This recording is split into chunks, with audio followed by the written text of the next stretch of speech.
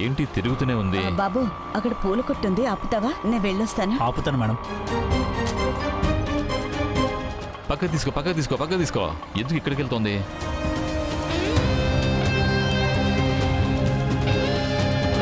ఏంటయ్య ఆవిడే ఇంటికి పోకుండా ఊరంతా తిరుగుతూనే ఉంది. ఏంట్రా ఇదే, మనం కూడా దాని వెనకాల కుక్కలాగా తిరుగుతున్నాము.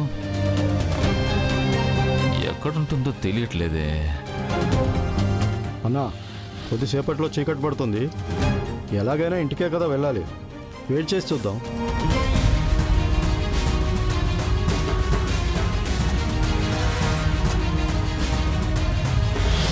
బాబు పక్కనే సూపర్ మార్కెట్ ఉంది, అక్కడికి వెళ్దామా? అలాగే మేడం.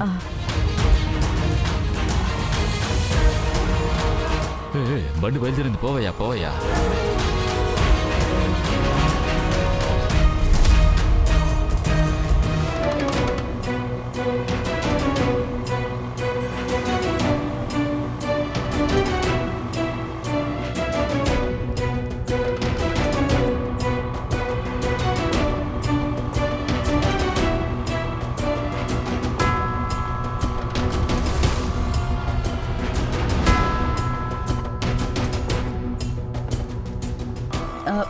బాబు ఇక్కడే బాబు, పక్క కాపు. సరే మేడం. పాపరా, ఇక్కడే ఆపేసాయి. ముందు గుడి, ఇప్పుడు సూపర్ మార్కెటా? పోవే పో, బయటికి రావాలి కదా ఎలాగైనా. చూసుకుంటాలేరా.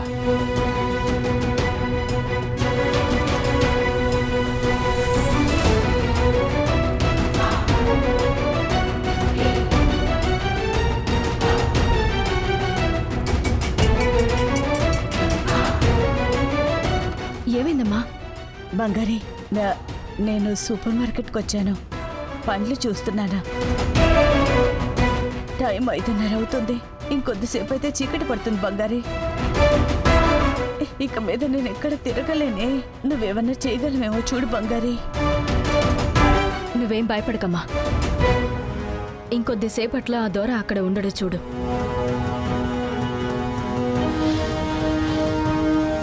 ఏమంటున్నా? ఇక్కడ నా కళ్ళ ముందు కారులో ఉన్నాడు. నేను తరిమేస్తాను కదమ్మా, నువ్వు భయపడకు. అలాగే. అతను బయలుదేరిన నెక్స్ట్ మినిటే నువ్వు బయలుదేరు. సరే. సరే.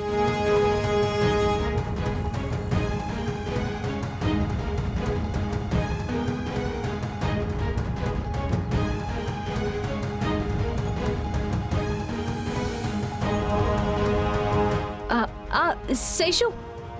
సిస్టర్. సిస్టర్ చెప్పండి. మీ నాన్నని జాన్సమ్మ పిలిచారు. ఏదో ముఖ్యమైన విషయం మాట్లాడాలంట. అలాగా? ఆయన ఇంకా ఇంటికి రాలేదు కదా? అవును. ఆఫీస్ అయిపోయి అందరం వచ్చేసాము. ఆయన మాత్రం ఎక్కడ తిరుగుతున్నాడు? సిస్టర్, నేను కాల్ చేసి రమ్మని చెప్తాను. అలాగే శేషు.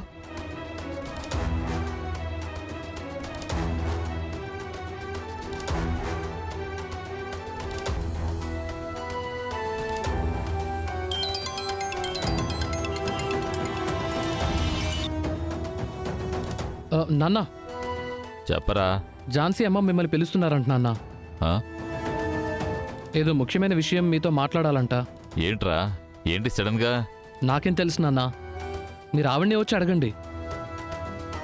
ఏంటి నాన్న, ఈలోపే తాగడానికి వెళ్ళిపోయావా? రేయ్, నన్ను చూస్తుంటే తాగుబోతులా ఉన్నానా? లేదు, సాయంత్రం అయితే మామూలుగా అక్కడికి కదా వెళ్తారు, అందుకే అడిగాను. ఇప్పుడు మీరు వస్తున్నారా? లేదు, మీరు ఇప్పుడు రావటం లేదని నేను ఝాన్సీ అమ్మతో చెప్పనా? రేయ్ ఉండరా, స్టూపిడ్ ఫెలో, నేను వస్తున్నాను, ఫోన్ పెట్టరా. ఏమైందన్నా? ఇంట్లో అత్తయ్య రమ్మంటున్నారంట. ఇప్పుడు ఇంటికి వెళ్ళాలంటారా?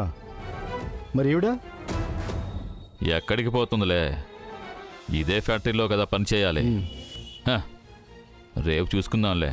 ఇది ఇలా ఎన్ని రోజులని తప్పించుకుని తిరుగుతుందో నేను చూస్తాను. నువ్వు బండి పోనీ.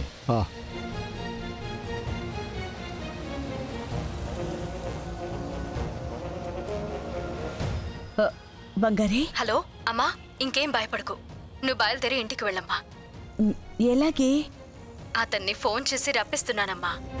నువ్వు బయలుదేరమ్మా, ఇంకేం భయపడకు. సరేనమ్మా.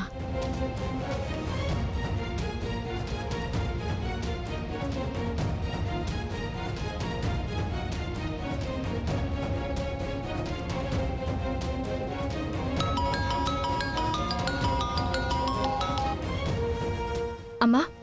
బంగారి. ఏంటమ్మా ఇంటికి వచ్చేసావు నువ్వు? వచ్చేసాను బంగారి. అతను బయలుదేరిన వెంటనే నేను బయలుదేరి వచ్చేసాను. మంచి టైం బంగారి, ఇవాళ నేను తప్పించుకున్నాను. డైలీ ఇలాగే దాగుడు ముత్తలు ఆడలేను బంగారి. రేపు కూడా నన్ను ఇలాగే ఫాలో అప్ చేస్తే నేనేం చేయాలి? అది రేపు చూసుకుందాం. నువ్వు ముందు వెళ్ళి ప్రశాంతంగా రెస్ట్ తీసుకో. సరే.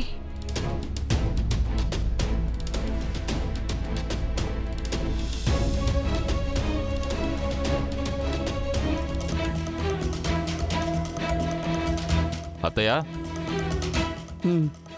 గణేష్, ఏమైంది? చెప్పండి అత్తయ్య. ఏదో పిలిచారంట కదా, అదే అర్జెంటేమో అనుకుని పరిగెత్తుకుంటూ వచ్చా. నేనెక్కడ పిలిచాను? లేదత్తయ్య, మీరేదో ముఖ్యమైన విషయం మాట్లాడదామని రమ్మన్నారని శేషునే ఫోన్ చేసి రమ్మన్నాడు. లేదే, నేనేం పిలవలేదే. రేయ్ శేషు, శేషు. నానా. రేయ్, ఎందుకురా నన్ను ఫోన్ చేసి రమ్మని చెప్పావు? అత్తయ్య నన్ను పిలవలేదంట కదా. నాకు తెలీదు నాన్న, బంగారు సిస్టర్ చెప్పారు. ఏయ్ బంగారే, బంగారే. బంగారు సిస్టర్, మీరే కదా ఝాన్సీ అమ్మ పిలుస్తున్నారని చెప్పి ఫోన్ చేసి నన్ను రమ్మన్నారు. శేషు, నేను నీకేం చెప్పాను? చిన్నాన్నని ఝాన్సమ్మ ఎక్కడా అని అడిగారు అనే కదా అన్నాను. ఈవినింగ్ అయితే ఝాన్సమ్మకి ఎక్కడున్నారు అని అడగడం అలవాటే కదా. అలా అడిగిన దానికి చిన్నాన్నని నువ్వెందుకు రమ్మని చెప్పావు? ఎక్కడున్నారు అని అడిగితే చాలదా?